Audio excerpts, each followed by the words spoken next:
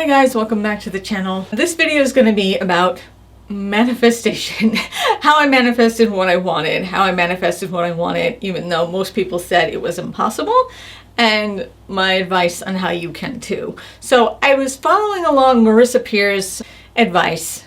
If you guys don't know who she is, she's a hypnotherapist who has this whole rapid transformation therapy process and course and everything is available on her website. I was looking for like step-by-step instructions or some sort of guide that was free on her website because a lot of her content and advice is behind a paywall. So I found these 7 steps and I'm gonna do videos I think on each and every one of them. But the one that was the most poignant to me, and I wanted to talk about this, and the question was, do you believe that you will feel more confident about yourself if you have more money or fame? And the honest answer was yes. So I'm going to tell you guys a story from my own life that helped me come to terms with the fact that she said people with a millionaire mindset believe that having high self-esteem and feeling worthy of financial success is what makes them an abundance magnet. So I think the mistake that a lot of people make, and the mistake that I used to make, is that I thought that once I got the success, I would feel worthy. Once I had the success or the money or the followers or the fame or whatever, I would feel worthy. But she said that that's in reverse.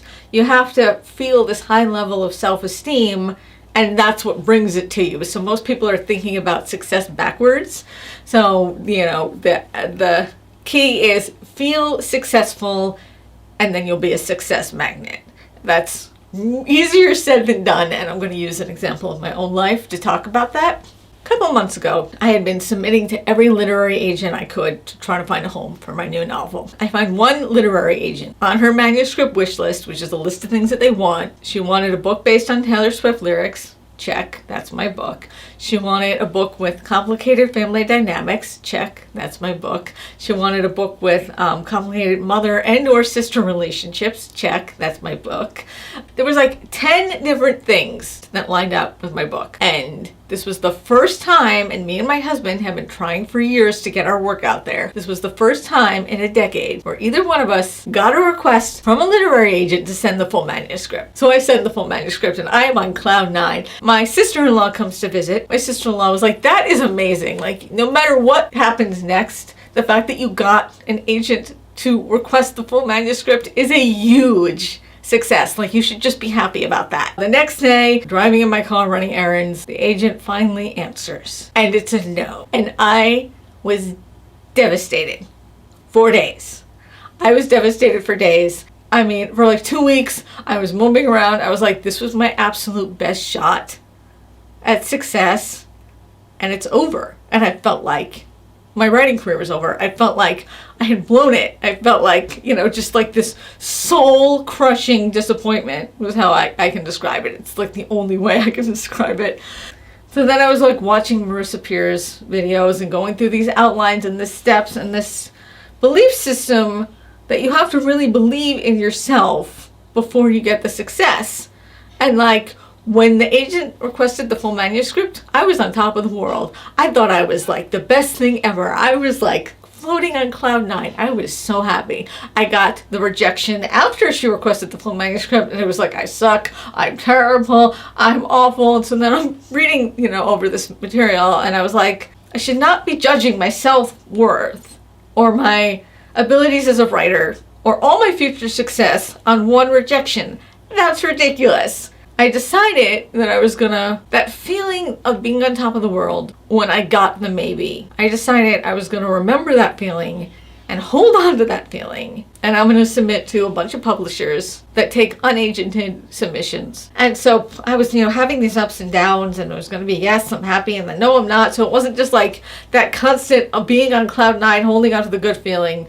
I wasn't there. I was all over the place. I was, feeling trying to stay positive, but then it was that crushing feeling of disappointment would come back, and then I was trying to stay positive. And so I think The Secret kind of lied to us and told us that we have to maintain this positive feeling at all time. I don't think that's true anymore. I think you can have a confidence if you have done something or created something, or you have worked really hard on something, and you have this belief because you've put in the work And what will happen is, even when you have the bad moments of, I suck, and I'm terrible, it's never gonna happen, if you keep treating your mind like a dog or a cat, like a bad pet, like no brain, down brain, bad brain, no, we're going back over here to the positive and we're gonna focus on that.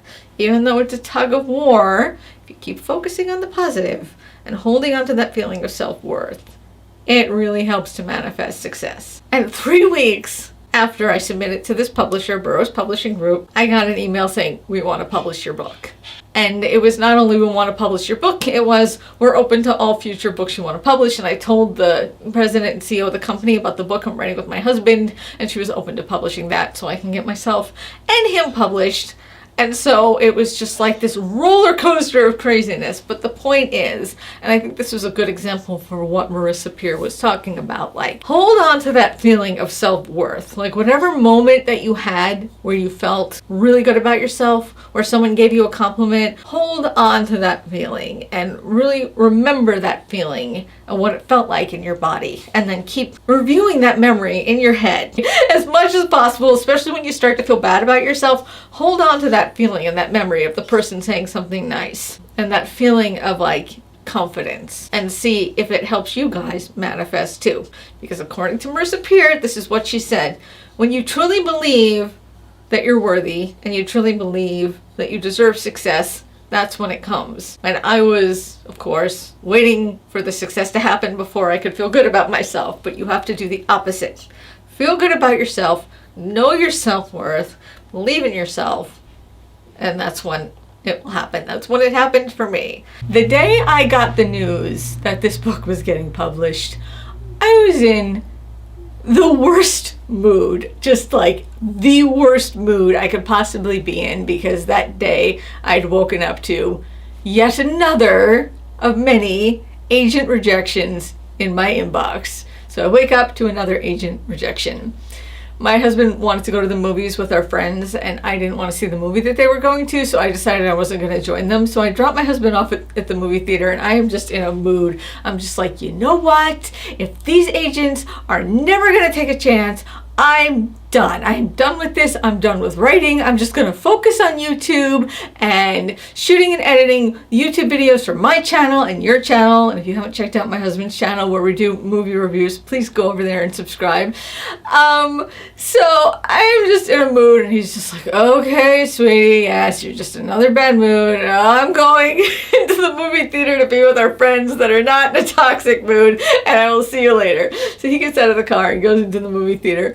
I'm driving around and I see a notification on my phone as I have my phone mounted onto the dashboard in the car, and it says your MS, and I'm like, what is that? Is this like, most people think of like the horrible disease when they see MS. I'm like, is this some weird junk mail from a pharmaceutical company or some company trying to get donations? So I was like, what is this? I pull over and it's like, oh, MS in this case stands for manuscript. And the email said, hello, Isis Chandler. Your manuscript, now that I see you, has been vetted by our editorial staff and was sent to me, the CEO, for further consideration. After a detailed review, we are pleased to offer you a publishing deal and wish to know if this is the best email address where we should send your author agreement. And I had submitted to a lot of agents and publishers, so I didn't know how long ago I had sent this. I didn't know how long this took. I drive home and I check my computer. I was like, oh my God, I submitted this only 3 weeks ago. So they really liked it and they responded fast. My husband's still at the movies. I walk into the movie theater and I go over to the ticket collecting girl and I'm like, hi, my novel's getting published. My husband and my best friend and my best friend's fiance and one of our other friends are in this movie theater watching this movie, and I'm dying to tell everybody. And so other people are coming out, but not my people. And so I go over to the checking girl and I'm like, can I just please go down there and tell them? And she's like, yeah, we don't have any more movies starting tonight. It was really late at night. It was like 10 o'clock, 11 o'clock at night when like the last movies were getting out.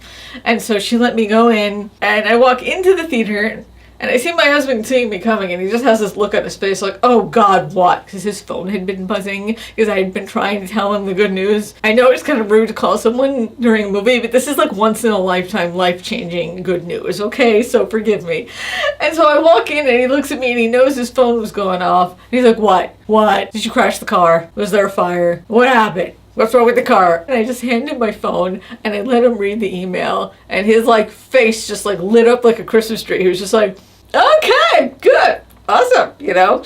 I go over to my friend Allison, and I tell her the good news, and she just goes crazy. She's like a really expressive person. She's like freaking out and yelling, and makes me go over and like lean over her and give her a hug to the lobby of the theater, and like everyone's buzzing with excitement. And Allison, my friend, says to my husband, like, pick her up and give her a big twirl. So my husband picks me up and spins me around like 3 times. And yeah, it was just one of those great moments in life. And so that was my personal experience. It was like this roller coaster of emotion of how I, you know, almost had success and then didn't have success and then had success and then now have a clear path to how I'm going to get my other novels and future projects and my husband's future projects published. So that is the story of how I use this one Marisa Peer technique to manifest what I want. So there's 7 steps that she outlines. So I think I'll go through each of the 7 and try to give you guys advice how I apply it to my own life and things that you can do. All right. Thank you for watching. Please subscribe for all of that, and blessed be.